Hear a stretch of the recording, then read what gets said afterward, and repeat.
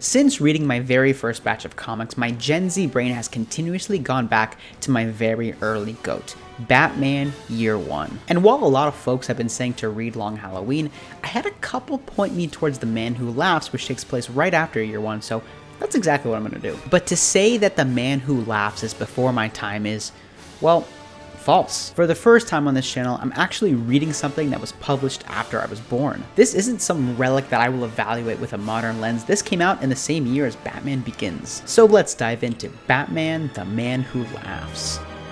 We left off Year One much like Batman Begins with a Joker tease, and just on the title page, already I am hyped. This is my first time seeing the Clown Prince of Crime on the page. The issue begins by catching us up in a really succinct and clear way, which, coming from this monstrosity, is a breath of fresh air. I also seem to have missed a story about some guy named the Red Hood, but honestly, the comic told me all that I needed to know, and in the extremely daunting task of tracking continuity, it was really nice that they showed some respect for my time. Much like Year One, we start off with our boy Jimmy Gordon to get some good old exposition, but compared to the other stuff I've read, the text here is really minimal, and it's meant to be as unintrusive to the art as possible, which I can really get down with, and it just made this whole issue just so easy to read. Unfortunately though, that art is a bit of a downgrade from 80s DC. Again, it's not awful, there are panels that I really like, but it just seems less handcrafted, like software was used too much. Like Batman here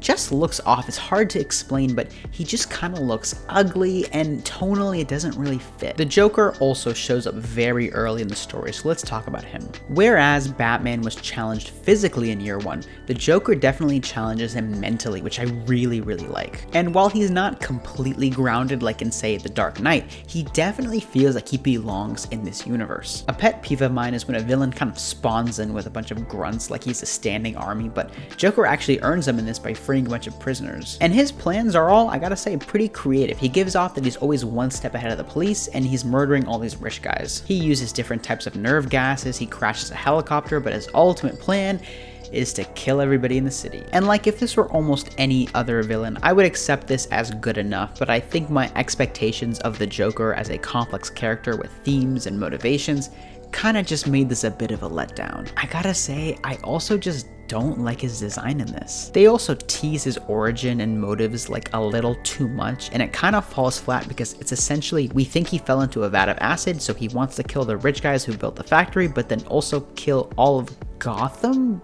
Because... And it's fine, like it's not horrible, there are no plot holes, but I just think our boy deserved a bit more, and the plus side of his plan is that Batman gets to show off some absolutely great detective skills, which I thought Year One was kind of light on. I love this part when he puts on a disguise to get more information about the plant, and I would say the highlight of this cat and mouse game is when Joker, on his list of targets, announces that he's going after Bruce Wayne. So now Bruce is watched 24/7 by the police, but since he reverse engineered the gas that killed the previous target, he poisons himself so he can be rushed to the hospital while Alfred administers the antidote, complete with an awesome dream sequence of what a Jokerized Batman would see and think. Bruce wakes up and goes into action and discovers the true plan to poison the city's water supply. He puts a stop to it, complete with a nice reaffirmation of his golden rule: Joker lives to fight another day. And that's it. It's a good amount shorter than Year One, but I think the pacing is perfect due to the smaller scope of the story, and while I don't have any major complaints about what's in the issue, it's more about what's absent that I was hoping for more. Namely, a more complex Joker, better art, and a more thought-provoking theme. Just before I give it the old score, working 50-hour weeks and making videos like this take a lot of time, so I would really appreciate it if you would consider subscribing or letting me know what comics you want me to follow this up with, regardless if they're Batman or something else entirely. Overall, this is a nice little read that will leave you with a smirk, so I will give Batman: The Man Who Laughs a 6 out of 10. Have a good one.